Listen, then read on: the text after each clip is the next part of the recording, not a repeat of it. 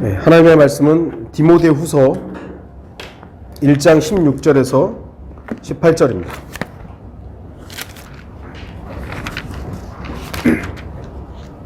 디모데후서 1장 16절에서 18절입니다.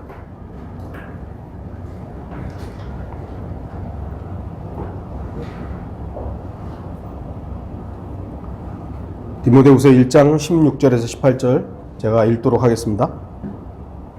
주께서 오네시포로의 집에 자비를 베푸시기를 원하노라.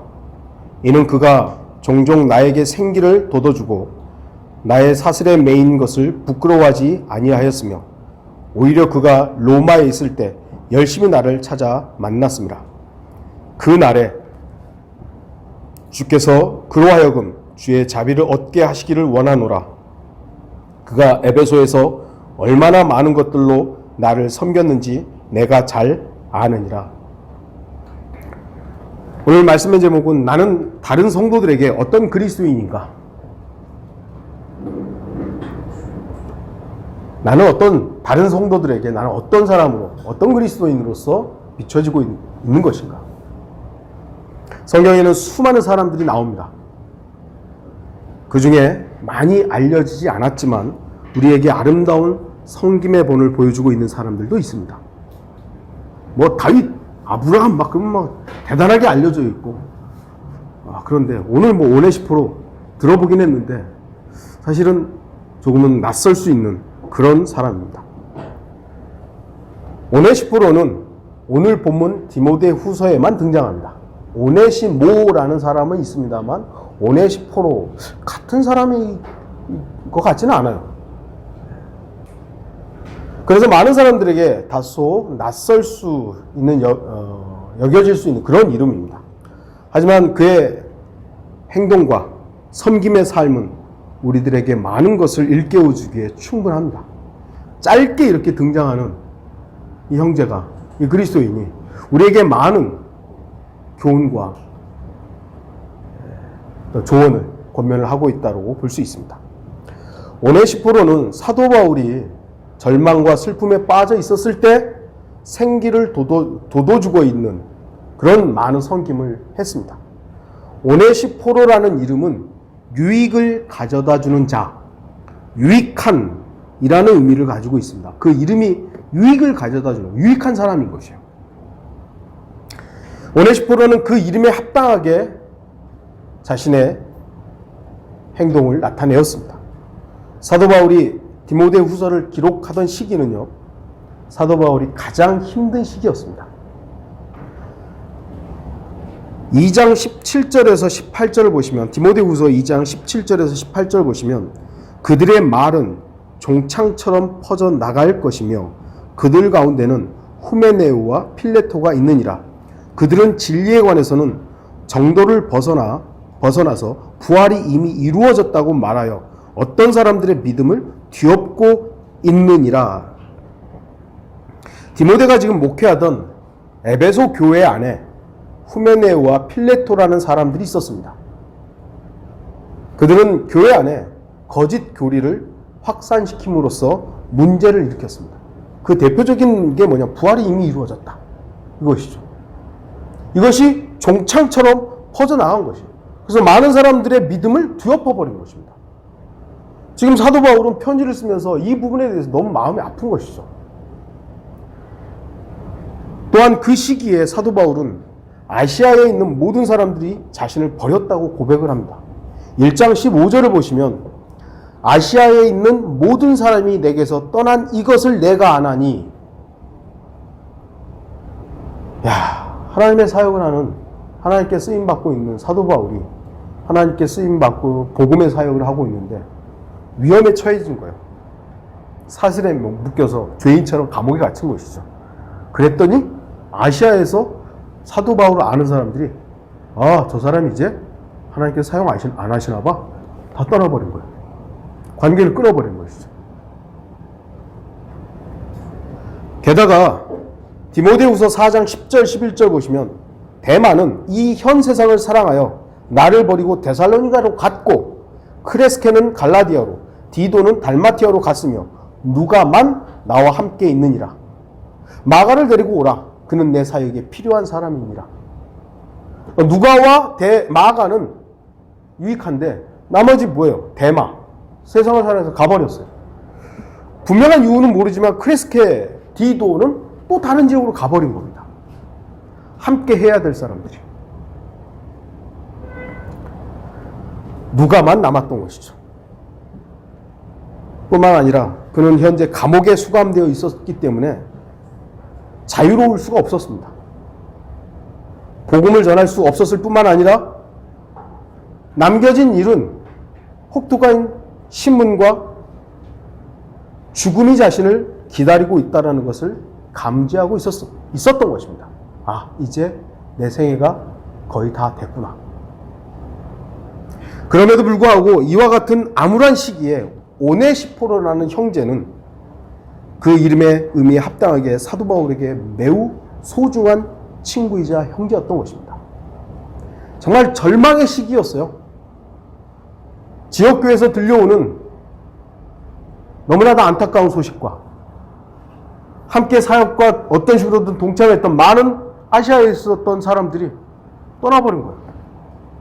게다가 함께 사역을 했던 데마, 또 디도, 크레스케 가버린 거예요.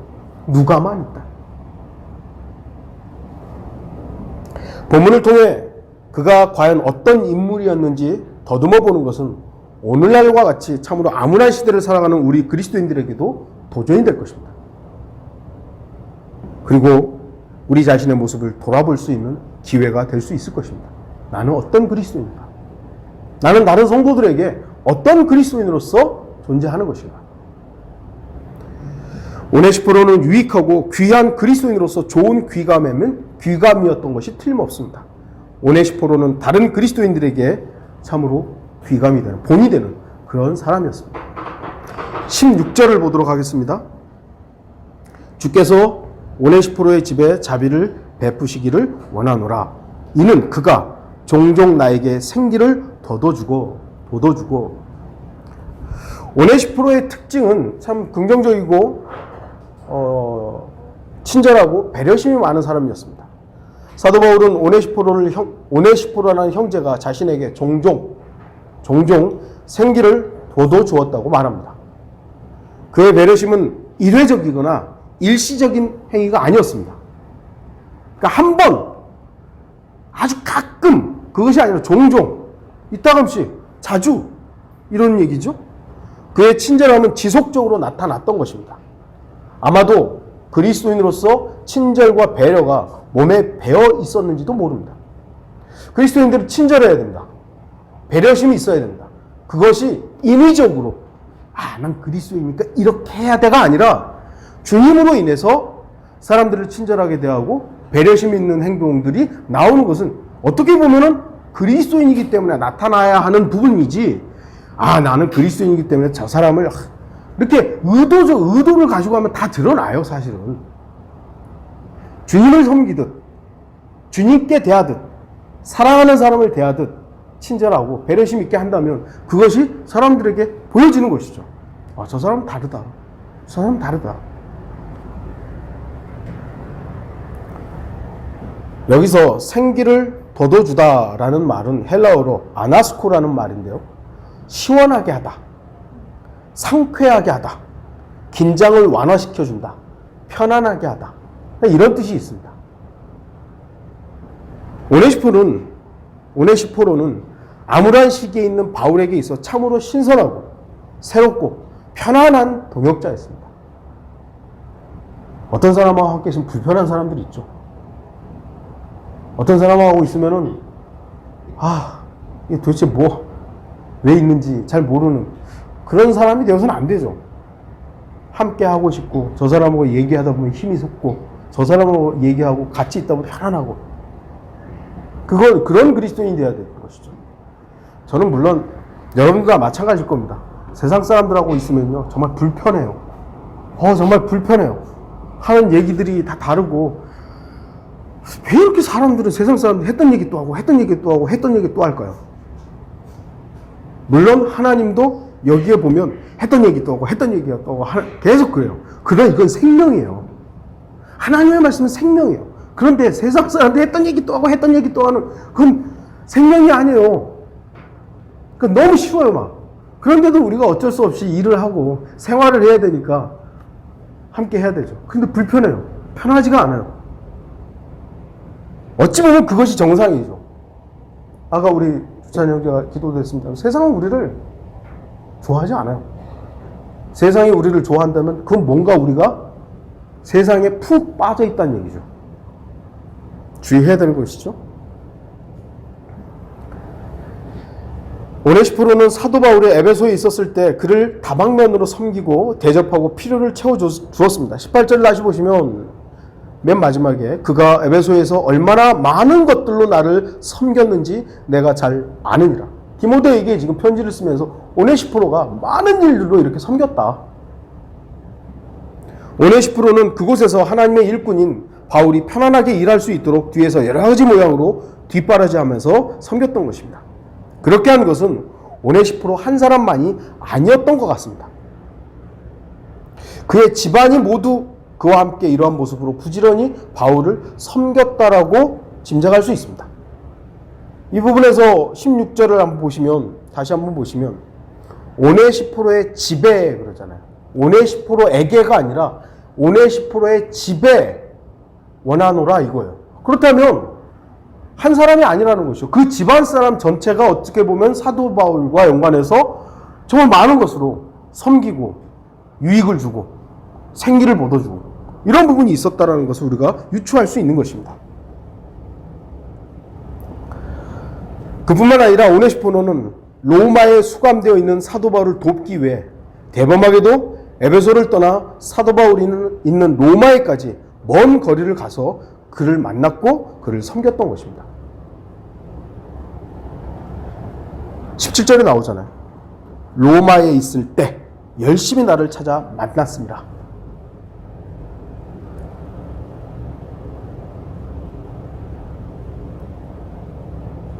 그는 사도 바울이 수감 중에 필요한 것들을 공급하고 그를 보살피기 위해 바울을 만나기 위해서 먼 거리를 여행했다는 것을 알 수 있습니다. 지금도 에베소에서 로마는요, 꽤 먼 거리예요. 터키 지역이거든요. 로마는 어디예요? 이탈리아 반도잖아요. 그러니까 이게 가까운 거리가 아니에요. 당시의 교통편을 본다면 배로 가야 되는 건데 지중해가 뭐 이렇게 잔잔한 때만 있는 것이 아니거든요. 그러니까 이거는 어떻게 보면 굉장히 나를 희생해야 되는 것이고 나의 편리를 생각하지 않아야만 가능한 일이 바로 로마에 있는 그를 만나는 것입니다.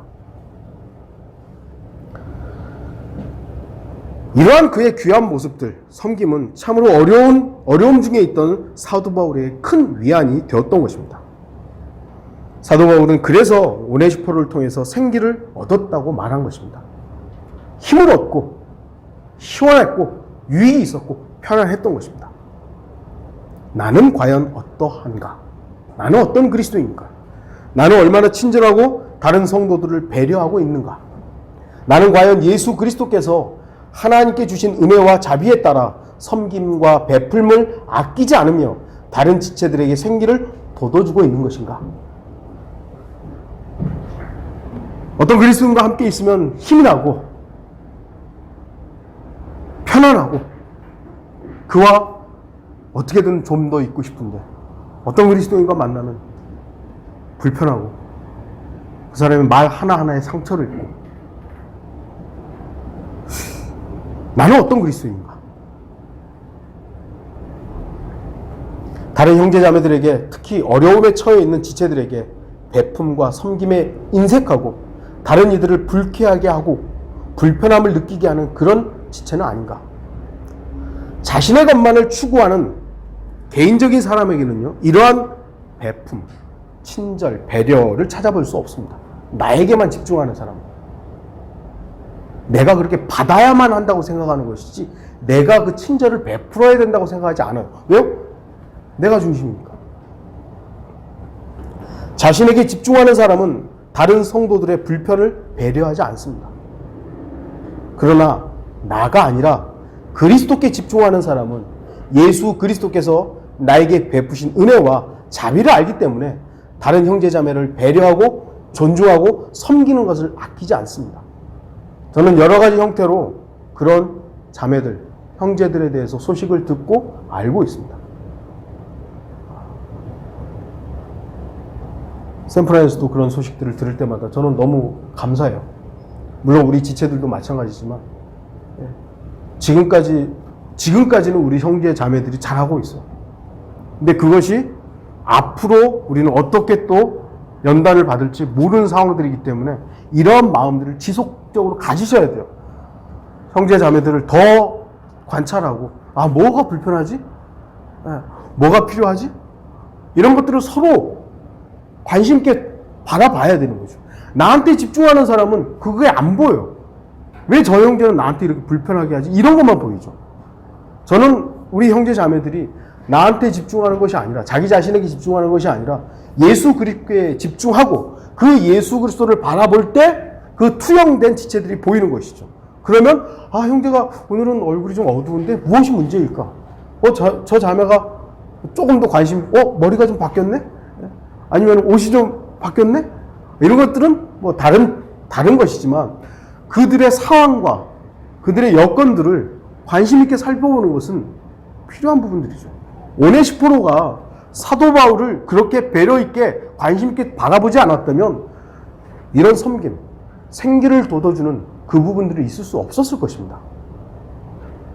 16절을 다시 보시면 마지막 부분을 보시죠. 나의 사슬에 매인 것을 부끄러워하지 아니하였으며, 오네시포로는 사도 바울이 사슬에 매인 것을 부끄러워하지 않았다고 말씀합니다.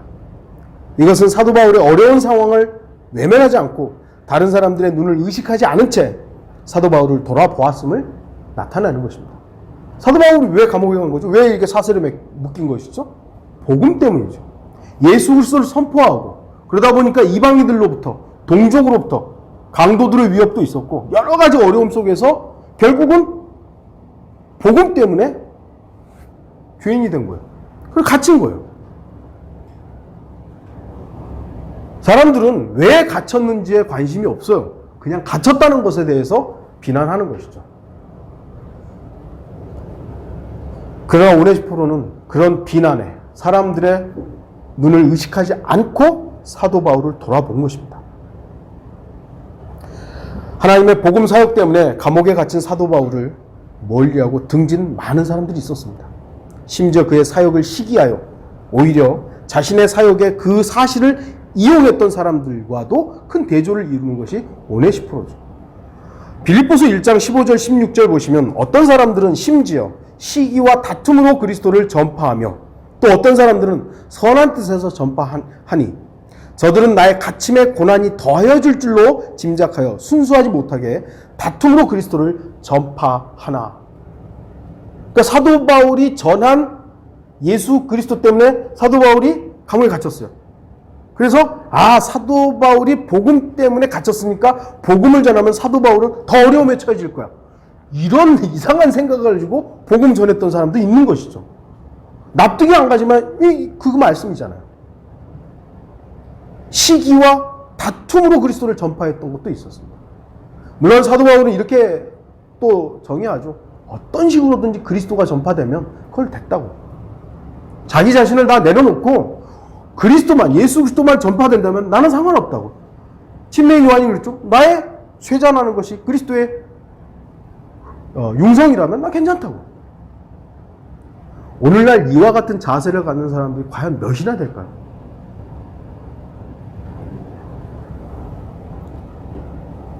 사도 바울의 동역자들 중에는 수감되어 있는 사도 바울과 연관되는 것을 주저하거나 기피하는 사람들마저도 있었습니다. 그래서 연락을 다 끊어버린 것이죠. 떠나버린 것이죠. 그러나 오네시포로는 진정 사도 바울의 고통을 함께 나눈 사람이었습니다. 오네시포로의 행동은 고린도전서 13장의 사랑을 실천한 것입니다.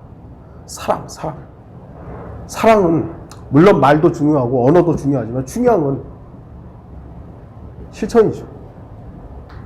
예수 그리스도께서 하나님께서 우리를 사랑했다 말만 너저분하게 하고 그 사랑이신 예수 그리스도가 이 땅에 안 오셨다면 그 사랑은 능력이 없습니다.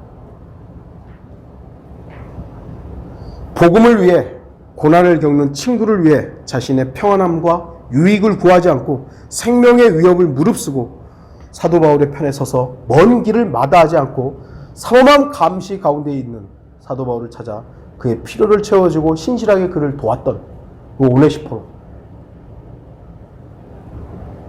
사도 바울이 감옥에서 필요한 생필품을 받을 길이 없었을 때 오네시포는 먼 에베소에서 달려가 그를 만나 살피고 그에게 필요한 물품들을 공급해 줬던 것입니다.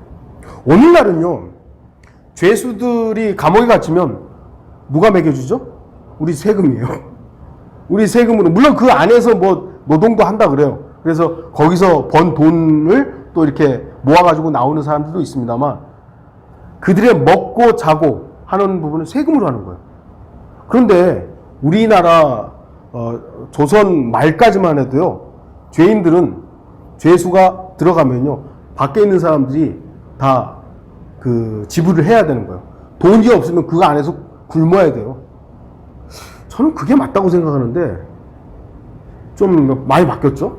우리나라 그 백범일지를 보면 김구 선생도 감옥에 갇혔는데 옥바라지를 하는 거예요. 옥바라지. 그래서 어머니가 와서 옥바라지 하고 그래야 되는 거예요. 왜냐하면 그 안에서 나라에서 준 게 아니라니까요. 사도 바울도 마찬가지예요.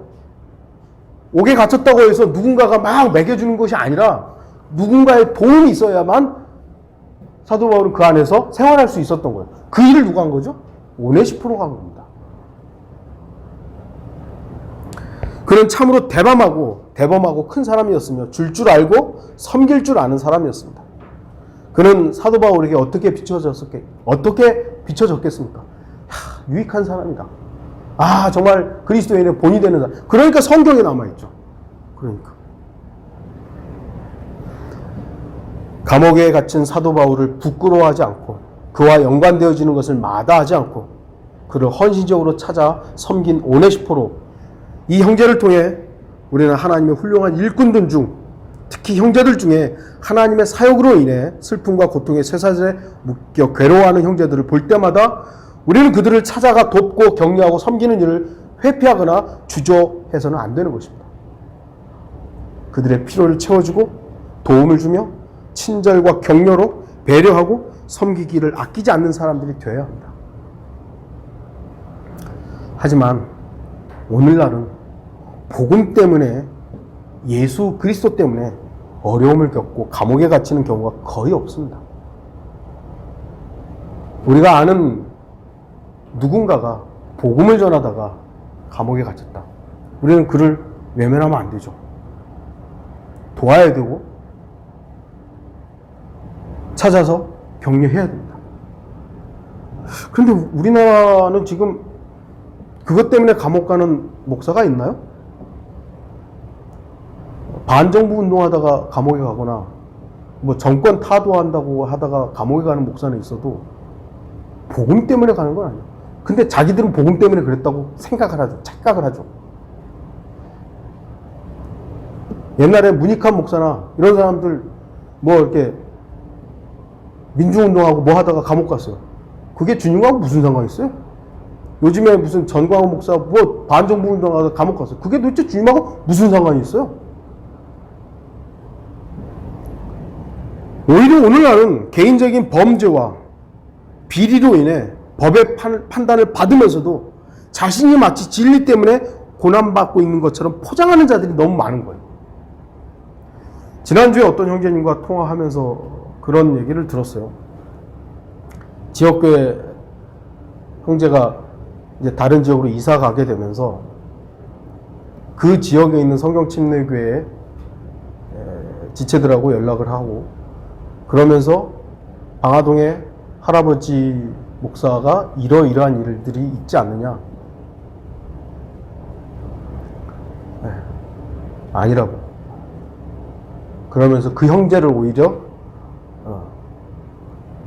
판단하고 전화를 해도 이제 그 다음부터는 안 받더래요. 다 안 받더래요. 진리 때문에 판단을 받는다면 법원에서 당신은 거리에서 설교했기 때문에 감옥에 가야 된다고. 그러면 우리는 그를 존경해야 돼요. 야, 정말 주님을 위해서 저렇게 살았다고. 당신은 전도지를 줬기 때문에 당신은 벌금 얼마라고 했을 때, 그리스도인이라고. 그런데, 당신은 성범죄를 했기 때문에 집행유예 이렇게 했다면 우리는 그를 떠나야 되는 것이 맞는 것이지, 우리 목사는 절대 그럴 사람 아니라고.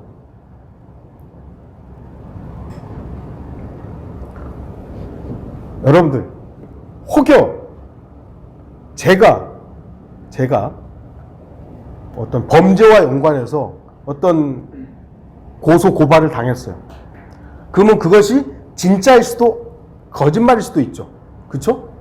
누군가 고의로 저를 이제 음해할 수도 있으니까. 그러면 이 사실이 밝혀지기 전까지 저는 사역을 중단해야 돼요. 이 사실이, 그러니까 제가 뭐 성범죄를 했든 아니면 뭐 돈을 착복을 했든 뭘 했든 누군가가 저를 고소를 했어요. 그래서 윤 목사는 거짓말쟁이다 했어요. 그러면 저는 어떻게 됐냐면, 나는 억울합니다. 나는 그런 일 없습니다. 했어요. 두 의견이 딱 마주쳐요. 그러면 이 순간부터는 이 일이 증명되기 전까지, 입증되기 전까지 저는 사역을 하지 말아야 돼요. 그런데 목사들이란 작자들이 서가지고 나는 그런 일 없다고 계속 항변하면 그 성도들은 어떻게 되죠? 우리 목사님이 맞아. 왜냐하면 들을 게 없기 때문에요. 증명을 해낼 수 없어요. 목사의 말만 듣기 때문에 우리 목사는 그럴 일이 없어요. 이렇게만 되는 거예요. 정말 이상하죠? 그러니까 여러분들은 판단하셔야 돼요. 저 목사가 맞든 아니면 그 고소했던 사람이 맞든 그 기간을 가지고 충분히 증언을 듣고 증명을 해서 우리 목사가 거짓말했다면 목사의 자격이 없는 것이고, 이 사람이 거짓말했다면, 고소했던 사람이 거짓말쟁이라면 이 사람을 회중에서 쫓아내야 되는 것이죠.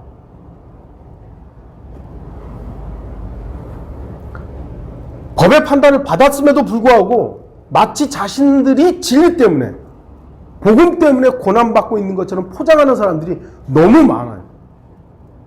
우리는 그런 사람을 기억할 필요는 없어요. 제가 말씀드리는 것은 정말 복음 때문에, 예수 그리스도 진리 때문에 고난받고 어려움을 당하는 지체들을 여러분은 기억해야 되고, 찾아야 하고, 배려해야 되고, 필요들을 채워줘야 하는 것입니다. 17절을 보시면, 오히려 그가 로마에 있을 때 열심히 나를 찾아 만났습니다. 매튜 헨리 목사라는 분이 계세요. 우리 바이블 빌리버들한테 좀 덜 알려져 있지만 일반적으로는 좀 많이 알려져 있는 목사인데요. 뭐라고 하냐면, 선한 사람은 선을 행할 기회를 찾을 것이며 그 제의를 거절하지 않을 것이다. 여러분, 선한 사람, 우리 스스로를 선하다고 말할 수는 없지만 선하신 예수 그리스도를 바라보는 사람은 선한 일을 할 수 있는 기회가 되면 그거를 기다리는 것이 아니라 찾아 나서는 것이죠. 선을 위해서 나서는 겁니다. 소극적인 사람은 그 일들이 나에게 오기를 기다리는 것이죠. 또는 그런 기회가 와도 귀찮아서 그 기회를 사용하지 않는 것입니다. 그러나 오네시포로는 하나님의 선을 행하는 일에 있어서 결코 수동적이거나 소극적이지 않았습니다. 찾아 나선 것입니다. 사도 바울을 열심히 찾아 섬겼습니다. 그게 그리스도인의 자세죠. 아까도 말씀드렸듯이 나에게만 집중하는 사람은 내 일에만 상관하는 거예요. 다른 사람 뭐 어떻게든 상관없죠. 그러나 그리스도인이라면 살펴봐야죠. 다른 지체들, 다른 지역교회, 다른 모임. 우리가 24시간 뭐 일주일 내내 할 수 있지는 않습니다만 기회가 되는 대로 여러분이 알고 있는 지역교회, 지역 모임들, 성도들, 지체들, 소식들을 알아보는 거예요. 어떤 지역교회가 지금 어려움에 처해 있다. 그러면 그 교회가 정말 주님을 사랑하는 교회라면 우리가 도울 수 있는 여건이 되면 열심히 찾아야죠. 지난주에 전화가 한 통 왔어요. 젊은 사람이. 베델 독립심리교회. 예, 그렇습니다. 목사님 되십니까? 예. 한 가지만 물어보겠습니다. 그래서 난 또 성경 물어보는 줄 알고, 예, 질문하십시오. 그 교회는 구제를 하는데 어떻게 하십니까? 또 도움을 달라고 하나 보다. 그렇게 도움을 요청하는 사람들도 그렇게 적극적으로 하더라 이거예요. 뭐 결론은 도울 수 없습니다. 그리고 끊었어요. 돕는 것도 우리가 어떻게 보면 조금 더 적극적으로 봐야 되는 것입니다. 그래서 저도 우리 성도들한테 이렇게 저렇게 전화가 오거나 아니면 여러분들의 어떤 의견들이 있을 때 계속해서 관심 있게 살펴봐요. 바로바로 다 전화할 수는 없지만 뭐 우리 이성래 자매님이나 박형수 자매나 또 우리 조병원 형제나 재만 자매나 이렇게 몸들이 좀 연약하신 분들을 위해서 제가 물론 조미경 자매님도 기억하고 있고요. 다 관심이 있어요. 그래서 근데 제가 도울 수 있는 여력들이 한정돼 있잖아요. 그래서 기도하죠. 그리고 직접적으로 어떤 도움을 줄 수 있는 부분이 있다면 형제들하고 의논하죠. 조금 더 우리가 넓게 볼 수도 있어야 된다는 거예요. 아까 말했던 지역교회도 좀 살펴보라는 거예요. 우리만 볼 게 아니라. 왜죠? 우리만 복음 전하는 게 아니잖아요. 우리 교회만 복음 전하는 게 아니에요.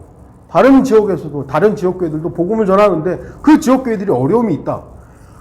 오네시포로는 상관없어요. 로마하고 에베소는 꽤 멀리 떨어져 있어요.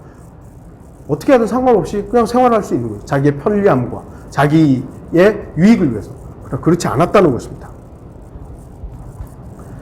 사도 바울이 집에 감금되었던 1차 투옥, 그때가 이제 사도행전 28장의 내용입니다. 그때는 집에서 이제 감금되어 있었던 것이죠. 그리고 이제 죽음을 앞두고 있었던 2차 투옥 때는 이때는 이제 감옥에 있었던 것이에요.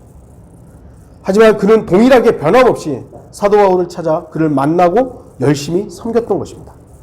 사도 바울을 열심히 찾아 만나고 그를 도울 방법을 찾고 있었다는 사실을 통해 우리는 그가 자신의 편안함을 뒤로하고 오히려 하나님의 선을 행하는데 매우 적극적이었다는 것을 알 수 있습니다. 자기에게 집중된 사람은 나의 편안함이에요. 그러나 그리스도께 집중된 사람은 나의 편안함이 아니죠. 그리스도와 성도들의 편리함이죠. 사실 일하는 것은요, 사역이나 일은요, 섬기는 것 자체가 그렇게 어렵지는 않습니다. 그러나 사람을 섬기는 일은 쉽지가 않습니다. 더군다나 어려움에 처한 사람을 찾아 섬기는 일은 눈에 보이지 않으며 행하기 더더욱 쉽지 않습니다. 사도 바울은 이러한 열정과 섬김의 아름다움을 가진 오네시포를 통해 새로운 힘을 얻었습니다. 그의 마음에 있었던 억울함과 슬픔은 어느덧 가시고 마음의 생기를 얻었습니다. 저는 저와 여러분이 드러나게 보이는 일이나 사역을 통해서 사람에게서 평가받고 인정받는 자가 되기보다는 보이지 않는 섬김으로 하나님께만 칭찬받고 자비를 얻는 우리 성도들이 되기를 바랍니다. 여러분, 거리에 설교해서 나 몇 번 설교했습니다. 그것도 물론 어려운 일이지만 드러나게 보이는 일들이에요. 몇 명 구령했습니다. 드러나게 보이는 일들이에요. 그러나 뒤에서 어떤 형제 자매를 위해서 그 필요들을 채워주고 기도하고 섬기고 이런 일들은 드러나진 않아요. 물 한 잔 슬그머니 갖다 주고 저한테 형제 목사님 어떤 형제 자매가 이러이러 어려움이 있는 것 같은데 어떻게 도울 방법이 있을까요?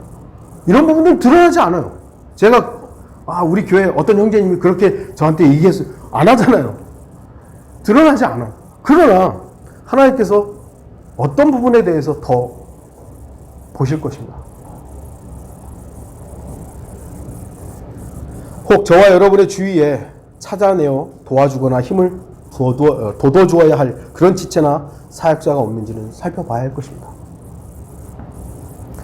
끝으로 우리는 오네시포로가 사도 바울 개인을 추종하고 섬기는 자가 아니었다는 것을 알아야 됩니다. 사도 바울 개인을 과연 따랐던 것인가? 그는 바울을 섬김으로써 주님을 섬기고 있었습니다.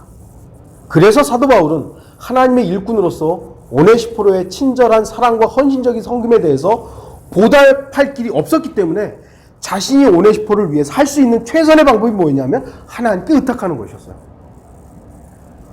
오네시포로가 사도 바울이란 개인에게 그렇게 막 섬기고 이런 부분이었다면 사도 바울이 갚아야 될 거 아니에요. 그런데 그게 아니라는 것을 사도 바울도 알았기 때문에 하나님께 의탁하는 것이죠. 주님께 의탁하는 것이죠. 이게 정말 중요한 것입니다. 우리는 아까도 좀 전에도 얘기했지만 사람을 섬기는 것이 굉장히 어려운 일이에요. 이 사람이 하나님의 일을 한다고. 우리가 16절 주께서 오네시포로의 집에 자비를 베푸시기를 원하노라. 주께서 해주길 원한다. 주님께서 그에게 자비를 베푸시기를 기도한 것은 사도 바울이 오네시포로의 친절과 사랑에 대해 개인적으로는 자신에게 참으로 큰 사랑과 친절을 베푼 오네시포로에게 보답할 것이 자신에게는 없었기 때문이기도 합니다. 자기가 보답할 수 있는 것이 없었잖아요. 갇혀있는 사람이 뭘 보답하겠어요? 그래서 주님께 의탁하는 것이죠. 자기가 뭘 사주고 다 나를 통해서 해. 그게 아니에요. 나는 형제에게 해줄 게 아무것도 없다고. 나는 받는 사람이라고. 해줄 게 아무것도 없다. 나는 단지 형제를 위해서, 형제 가정을 위해서 주님께 의탁한다.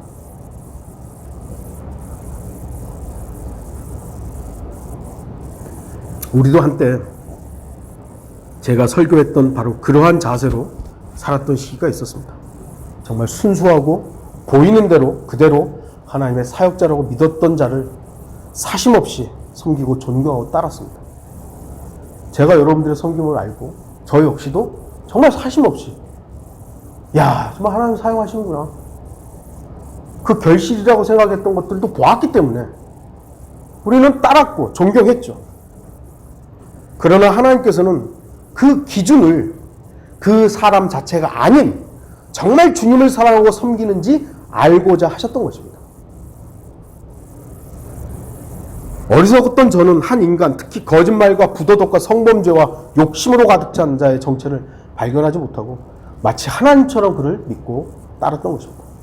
그래서 하나님께서는 그러한 저의 어리석음을 발견하도록 저를 연단하시고 나락으로 떨어뜨리셨던 것입니다. 그래서 그 어떤 경우에도 사람이 아닌 주 예수 그리스도의 그 주 예수 그리스도가 원인과 동기가 되고 주 예수 그리스도를 통해서만 사람을 보아야 함을 알게 하시는 것입니다. 제가 여러분에게 말씀드렸죠? 저는 여러분 사랑합니다. 왜 사랑하냐면 여러분 안에 계신 주 예수 그리스도 때문입니다. 여러분이 예수 그리스도를 떠나고 여러분이 예수 그리스도와 무관하게 산다면 저는 여러분을 인간적인 어떤 연을 완전히 끊을 수는 없지만 주님을 사랑하는 것처럼 여러분을 사랑할 수 없어요. 마찬가지로 여러분도 저를 존중하고 사랑하는 이유가 예수 그리스도 때문이어야 하는 것이지 22년 동안 같이 했기 때문에 우리 같은 어려움을 겪었기 때문에 이런 걸로 여러분들이 저를 존중하고 사랑하면 안 돼요. 분명히 그건 구분하셔야 됩니다. 구분하셔야 돼요. 우리가 한 번 속았지 두 번 속겠습니까? 근데 두 번 속을 수도 있어요. 왜죠? 또 하나님이 원인, 동기가 아니라 또 사람이 되면 우리는 100번 아니라 10,000번도 속아요. 저 사람은 하나님 사용하신다고. 사용하실 수 있죠. 근데 그가 누가 되었든 하나님을 팔아먹고 하나님을 악용해서 자신의 유익을 취하고 있다면 우리는 그에게 헌신할 게 아니죠. 주님께로 회복돼야죠. 주님께로 회복돼야죠. 아까도 성경 공부 시간에 말씀드렸지만 저 사람은 하나님께서 사용하시는 사람이야. 그럴 수 있죠. 하나님께서 사용하시는 사람이 있죠. 근데 문제는 뭐냐면 사람이 중요한 게 아니라 하나님이 중요한 거예요. 하나님이 사용한 거예요. 그러면 주인공은 하나님이지 사람이 아니에요. 근데 우리는 어리석게 보이는 이 눈의 한정 때문에 저 사람은 하나님 사용하신다고. 그러면서 이제 마치 그가 하나님이 되어버린 것이죠. 여기에 많은 함정이 있기 때문에 지금도 수많은 교회의 목사들 때문에 실족하거나 목사들의 범죄를 그냥 다 덮어버리는 거예요. 우리 목사님이 절대로 그럴 사람이 아니에요. 그러지 않을 사람이 어디 있어요? 다 그럴 사람이에요. 단지 하나님을 두려워해서 그 일들을 돌이키는 사람이 있는 것이고 돌이키지 않고 계속 변호만 하고 자기 합리화시키는 사람이 있는 것이죠. 저도 연약한 사람이기 때문에 혹여 지금 현재는 아니지만 범죄와 연관돼서 사역자의 위치에서 떠나야 할 때가 있을지 몰라요. 그런데 그것을 제가 계속 아니라고 누군가가 나를 협박해서 어쩌고저쩌고 계속 포장만 하고 있으려고 한다면 저는 자격 없는 사람이에요. 그런데 혹여 제가 죄와 연루되었다가 죄송하다고, 내가 정말 죄를 지었다고 인정을 하고, 그리고 어느 기간 사역으로부터 떠나 있을 때 하나님께서 다시 사용하신다면 여러분들이, 그리고 이 목사가 하나님으로부터 다시 쓰임받을 수 있는 어떤 연단을 받았다라고 받아들여진다면 다시 사역에 쓰일 수는 있겠죠. 근데 그런 과정들이 오늘날 너무 없어요. 그냥 너무 안타깝죠. 우리는 여전히 하나님의 사역에 선하게 그리고 신실하게 쓰임받는 사람들을 오네시포처럼 섬길 수 있어야 됩니다. 여전히 복음을 전하는 사람들이 있고 여전히 진리 때문에 어려움을 처한 사람들이 있기 때문입니다. 그러나 그 모든 근원 그리고 동기는 주 예수 그리스도셔야 합니다. 예수 그리스도 때문에 그렇게 해야 되는 것이지 자기의 영달을 위해서 그렇게 해서는 안 되는 것이죠. 어떤 경우에도 예수 그리스도 이상으로 사람을 섬기는 것에 대해서 우리는 경계해야 하고, 어떤 경우에도 인간의 어리석음이나 범죄가 드러나면 그를 변호할 것이 아니라 주님을 회복하는 것이 바로 다른 성도들에게 생기를 돋워주는 거예요. 여기에 대해서 할 말이 또 있습니다만 더 하지 않겠습니다. 결론을 맺겠습니다. 우리의 육신은 다분히 자기 중심적이고 이기적이어서 다른 사람들에게 친절을 베푸는 데 익숙하지 않습니다. 섬김을 받기가 더 쉽지 섬기는 것은 사실은 그렇게 익숙하지 않죠. 그러나 성도는 주님의 피로 구속받은 사람입니다. 그렇기 때문에 더 이상 나 자신을 위해서 살지 않고 예수 그리스도를 위해, 그리고 그 예수 그리스도를 자신 안에 모시고 사는 성도들을 섬기며 살아야 합니다. 다시 말씀드리지만 우리 육신은 다른 사람을 배려하고 친절을 베푸는 것에 익숙하지 않습니다. 그러나 하나님의 생명의 복음은 우리를 새 사람으로 만들었고 우리 안에 새로운 성품을 주셨습니다. 예수 그리스도께서는 우리를 구원하시기 위해 낮아지심으로 우리를 구원하시고 부유하고 풍성하게 하셨습니다. 그렇기 때문에 이제 우리도 더 이상 나 자신을 위해 살지 않고 주님을 위해 살고 주님께 드려지고 주님께서 자신의 피로 사신 다른 형제 자매들을, 특히 복음을 위해 사는 사람들을 오네시포처럼 자신의 유익이나 편안함을 구하지 않고 희생적으로 배려하고 섬기고 보살피는 사람이 되어야 한다는 것이죠. 여러분들이 새 생명을 얻은 사람이라면 분명히 새로운 성품을 부여받은 것입니다. 내 중심적으로 나를 바라보면서 하면 이 새로운 성품과 이 새 생명의 역사들을 내가 제한하게 되는 거예요. 나는 죽었구나. 그래서 십자가에 죽었다는 걸 우리가 인정해야 되는 거 아니에요? 나 중심적이었던 사람이 내가 십자가에 죽었다라는 것이 인정되면 이 새 성품, 새 생명이 역사하는 것입니다. 그럼 섬길 수 있는 거예요. 우리의 원래 성품은 섬길 수 없어요. 섬김 받는 게 자연스럽지. 그런데 새 성품에 우리가 복종하면 여기 있는 형제 자매들이 너무 사랑스러운 것이죠.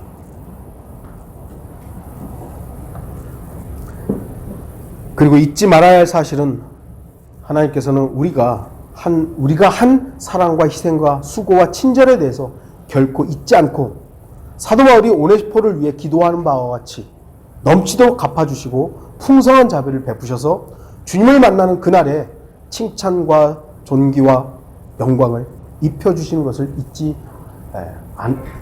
않으실 것입니다. 하나님께서 안 잊으시는 것이죠. 여기 보시면 18절, 그 날에 주께서 그로 하여금 주의 자비를 얻게 하시기를 원하노라. 그날이 언제겠어요? 디모데 전후서, 그러니까 사도 바울이 서신서를 통해서 말씀하고 있는 그날은 구약에서 말하는 그날과는 좀 다르죠. 여기는 우리가 주님을 만나는 휴거의 날이에요. 휴거와 연관되는 것입니다. 그러니까 구약에서 말하는 그 날은 재림과 연관되어 있는 천년왕국과 연관되어 있는 그 날에 조금 더 포커스가 맞춰 있다면 여기에서 말하는 그 날은 우리가 주님을 만나는 공중으로 불림받는 그 날입니다. 그러니까 그날 자비가 풍성하게 베풀어지면서 우리가 행했던 성도들을 향해서 행했던 베품과 섬김과 사랑 이것을 갚아주시는 것입니다. 예수 그리스도께서 오시는 그날에 칭찬과 존귀와 영광을 받게 될 것입니다. 그것을 기억하고 기쁨으로 섬기는 사랑으로 섬기는 저와 여러분들이 되기를 바라는 것입니다. 다 같이 기도하시겠습니다.